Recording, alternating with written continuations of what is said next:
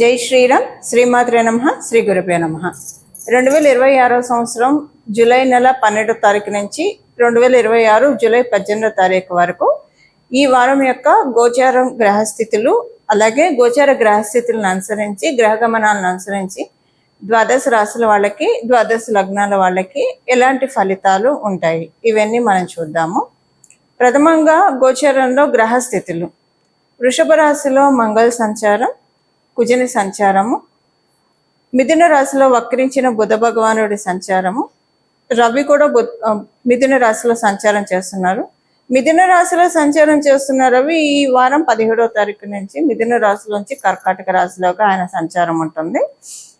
కర్కాటక రాశిలో గురుదేవుని సంచారం, దేవగురువైన బృహస్పతి సంచారము, శుక్రకేతువులు ఇరువురు కూడా, దైత్య గురువైన శుక్రాచార్యుల వారు, కేతు భగవానుడు ఇద్దరు కూడా సింహరాశిలో వారి సంచారము, కుంభరాశిలో రాహుదేవుని సంచారము, శని మహారాజు సంచారం మీనరాశిలో, అన్ని రాశుల్ని అతివేగంగా చుట్టూ వచ్చే చంద్ర భగవానుడు ఈ వారంలో, ఆయన ఈ వారం మొత్తం కూడా ఆయన సంచారము 4 రాశుల్లో ఉంటుంది. వృషభ రాశి, మిథున రాశి, కర్కాటక రాశి, సింహరాశి, ఈ 4 రాశుల్లో కూడా చంద్రదేవుని సంచారం ఈ వారంలో ఉంటుంది. ఇవి గోచారంలో ఉన్న గ్రహ గమనాలు, గ్రహస్థితులు. గోచారంలో ఉన్న ఈ గ్రహస్థితులను అనుసరించి ద్వాదశ రాశుల వాళ్ళకి, ద్వాదశ లగ్నాల వాళ్ళకి ఎలా ఉండబోతుంది ఈ వారం, ఇది తెలుసుకోవడానికి ముందుగా ఈ వారము గోచారంలో ఏదైనా స్పెషల్ సిగ్నిఫికెన్స్ ఉందా, గోచారంలో గ్రహాలు ఎలా ఉన్నాయి, మంచి సిచ్యువేషన్లో ఉన్నాయా, మంచి పొజిషన్లో ఉన్నాయా, లేదంటే అందరికీ ఇబ్బంది కలిగించే ప్లేస్మెంట్స్లో అవి ఉన్నాయా, ఇది మనం చూద్దాము. దీంట్లో మనం ప్రథమంగా చూడాల్సింది బుధ భగవానుడు. బుధ భగవానుడు వక్రించి ఉన్నాడు. స్వరాశిలో ఉండి వక్రించడం అనేది అంత విశేషం కాదు. కాకపోతే ఆయన స్వరాశిలో ఉండి వక్రించడము కర్కాటక రాశి వాళ్ళకి ప్లస్ అవుతుంది. ఈ ఆయన వక్రించడము అన్ని రాశుల వాళ్ళకి కాదు, కానండి కర్కాటక రాశి వాళ్ళకి ఇది బాగుంటుంది. అలాగే ధనుసు రాశి, మీనరాశి, ఈ 3 రాశుల వాళ్ళకి బుధ భగవానుడు వక్రించడం మిథున రాశిలో మంచి ఫలితాన్ని ఇస్తుంది. చెడు ఫలితాలని మిగతా రాశుల వాళ్ళకి ఇస్తుంది. అంటే చెడు ఫలితాలు అంటే కొన్ని విషయాల్లో జాగ్రత్తలు మనం తీసుకుంటే సరిపోతుంది. ప్రత్యేకించి అసలు బాగా యోగించింది అంటే ఆయన వక్రగతిలో ఉండడము. యోగించండి అంటే మిథున రాశి వాళ్ళకి, కన్యా రాశి వాళ్ళకి, వీళ్ళకి కొంచెం ఇబ్బందికరమైన ఇది ఉంటుంది. బట్ కర్కాటక రాశి వాళ్ళకి, ధనుసు రాశి వాళ్ళకి, మీన రాశి వాళ్ళకి బాగా ఉంటుంది. తటస్థంగా ఉండేదంటే వృషభ తుల రాశుల వాళ్ళకి ఇది పెద్ద గుడ్డు చేయదు, అలాగనే బ్యాడ్ కూడా చేయదు, కొంతలో కొంత మేలే చేస్తుందని చెప్పచ్చు. బాగా యోగించేది కర్కాటక, ధను, మీన రాశి వాళ్ళకి.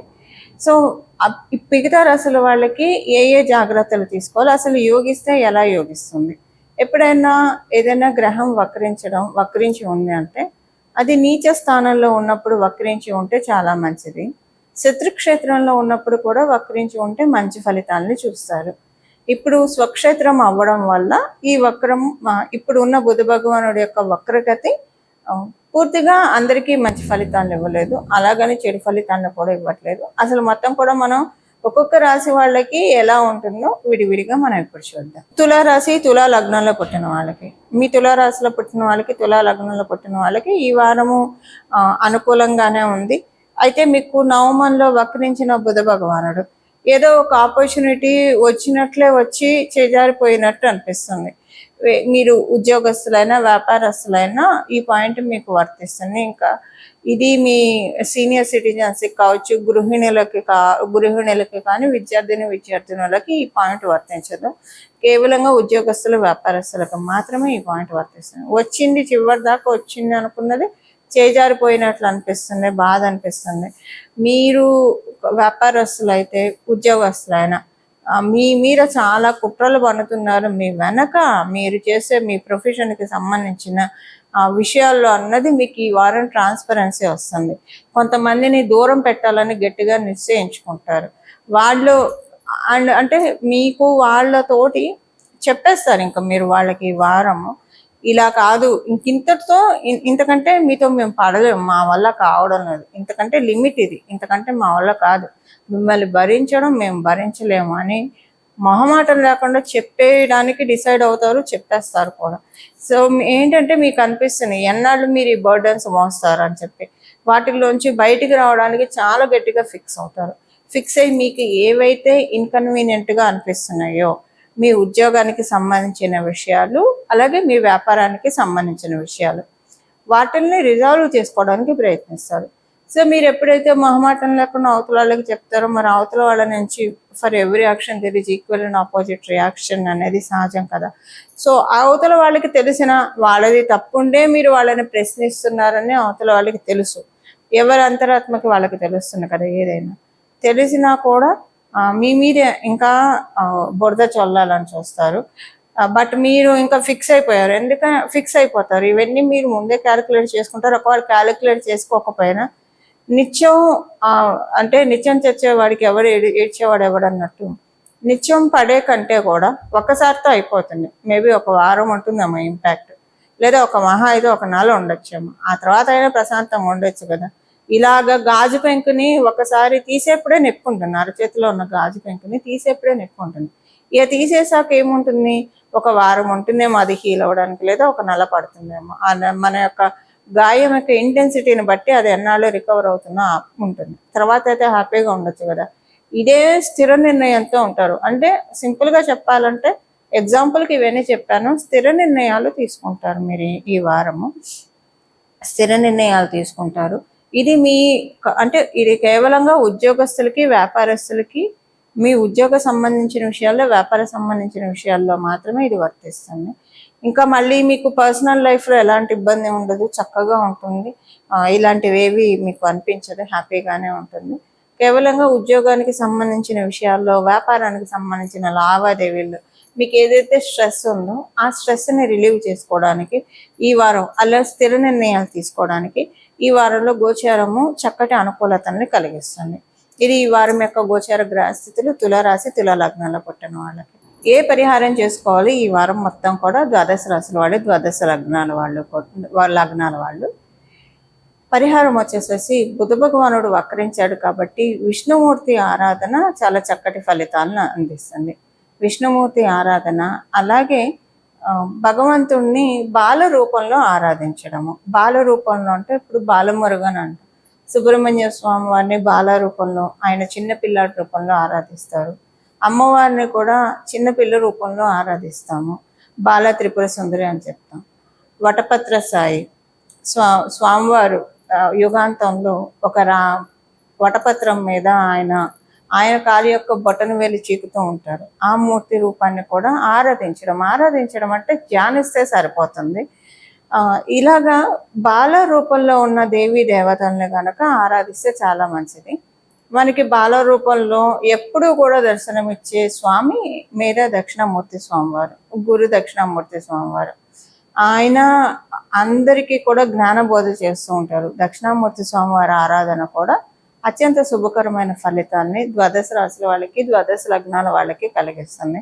మూర్తిని ధ్యానించండి బాగా. మనం పూజ చేసుకున్నప్పుడు, దీపారాధన చేసినప్పుడు ఒక్కసారి తన్మయత్వంతో కళ్ళు మూసుకొని ఆజ్ఞాచక్రంలో భగవంతుడిని ప్రతిష్ఠించుకొని, ఏ ఆలోచనలు లేకుండా నిర్వికార స్థితిలో, ఒక చిన్న ఆలోచన కూడా రానియకుండా మనని మనం నియంత్రించుకుంటూ భగవంతుని ఎప్పుడైతే ధ్యానిస్తామో అది చాలా రెట్టింపు ఫలితాన్ని, అత్యద్భుతమైన ఫలితాన్ని ఇస్తుంది. అలా ధ్యానించడానికి ఇది సరైన సమయం. ఎప్పుడు కూడా మనం మామూలుగా పూజ చేసుకుంటున్నప్పుడు కావచ్చు, లేదా ఏదైనా భగవంతుడిది సంబంధించిన ఏదైనా కార్యక్రమం, ఒక హోమం చేస్తున్నా, వ్రతం చేస్తూ ఉన్నా, మానసికంగా ఎటో వెళ్ళిపోతూ ఉంటుంది మనసు. శారీరకంగా అక్కడే ఉంటాం కానండి, ఆ క్రతువులో పూర్తిగా మనం మనసు పెట్టి, దృష్టి పెట్టి చెయ్యలేము. ఇది మనం ప్రయత్నపూర్వకంగా మనల్ని మనం కట్టడి చేసుకోవాలి. మనసు పరిపరి విధాలుగా ఆలోచించకుండా రేపు ఈఎంఐ కట్టాలనో, లేదా పిల్లల చదువుకి టెన్షన్, ఇలా రకరకాలుగా సాంసారిక బాధ్యత బంధనాల వల్ల కావచ్చు, లేదా మనం అనుకున్న గోల్స్ రీచ్ అవ్వట్లే, ఇలా రకరకాలైన ఆలోచనలు మన మనసుని కట్టి కుదిపేస్తూ ఉంటాయి. లేదా ఏవో ఎప్పుడో జరిగిన విషయాలకి వెళ్ళడము. ఇలాగా మనము ఒక పూజ చేస్తున్నప్పుడు, లేదా హోమం చేస్తున్నప్పుడు, వ్రతం చేస్తున్నప్పుడు అక్కడ కూర్చుంటాం కానివ్వండి, మనసు నిలకడగా ఉండదు. కానీ మనసు నిలకడగా తెచ్చుకోవాలి.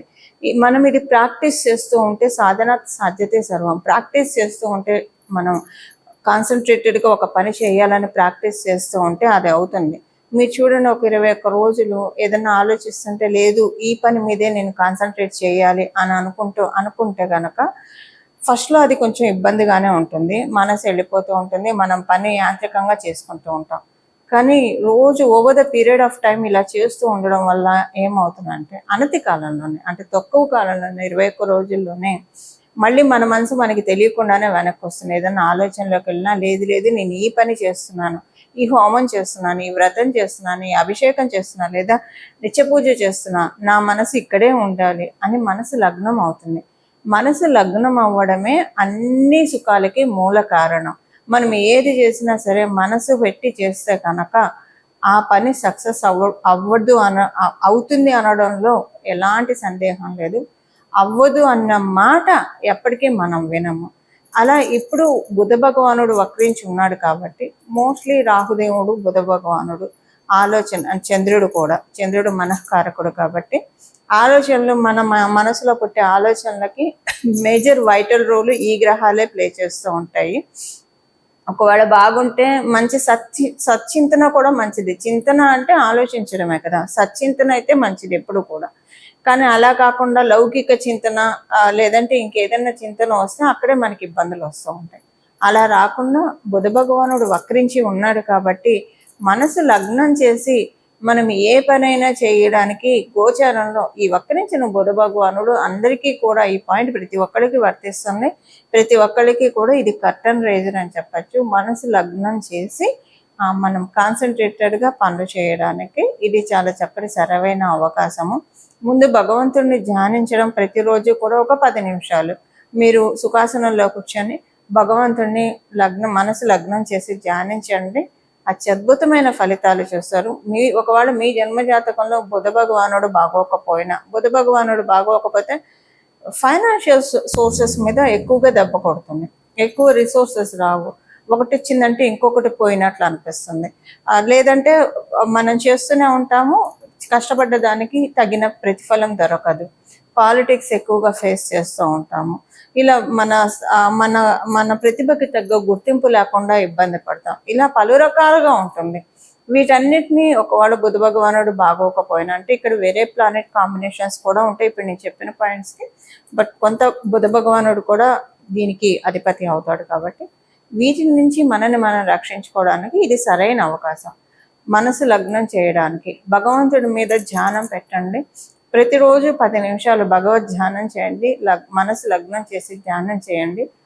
మీ జాతకంలో ఉన్న బుధ భగవానుడు చక్కగా క్యూర్ అవుతాడు. ఇలా అంటే బాగోలేని గ్రహస్థితిని చేసుకోవడానికే మనకి గోచారం ఉన్నది. గోచారంలో ఉన్న గ్రహ దేవతలు మనకి వరాన్ని కలిగిస్తూ ఉంటారు. ఇప్పుడు సపోజ్ ఎవరికైనా హెల్త్ బాగోకపోతే, పుట్టినప్పుడే ఏదో ఒక ఆరోగ్య రుగ్మతతో పుడితే వైద్యంతో ఎలాగైతే బాగు చేస్తారో ఆ రుగ్మతని కంప్లీట్గా తీసేస్తారు, ఒక సర్జరీతోటో వైద్యంతో దేనితోటో.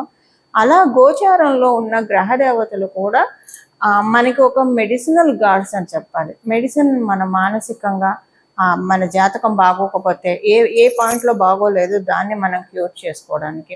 వీటన్నిటికీ గోచారంలో ఉన్న గ్రహస్థితులు వాళ్ళ గ్రహ గమనాలను బట్టి ఆ టైంలో మనం అంటే ఎప్పుడు చేస్తే అవుతుందంటే అవ్వదు. అంటే మనం ప్రయత్నం చేస్తే బాగుంటుంది, మంచి ఫలితాలు వస్తాయి. కానీ మనకి కాలబలం దైవబలం ఉన్న సమయాలు ఉంటాయి చూసారా, అలాంటప్పుడు కరెక్ట్గా ఏ పనినైతే సూచిస్తుందో ఆ పని చేస్తే చక్కటి సత్ఫలితాలు మనం అందుకోగలుగుతాం. ఈ విధంగా మనం అందరం కూడా మన జీవితాల్లో సన్మంగళాలను ఆహ్వానించాలని చెప్పి మనందరి తరఫున బాల త్రిపుర సుందరిని మనస్ఫూర్తిగా అమ్మవారి పాదాన్ని శరణ వేడుతూ మంగళం. నమో భగవతే వాసుదేవాయ.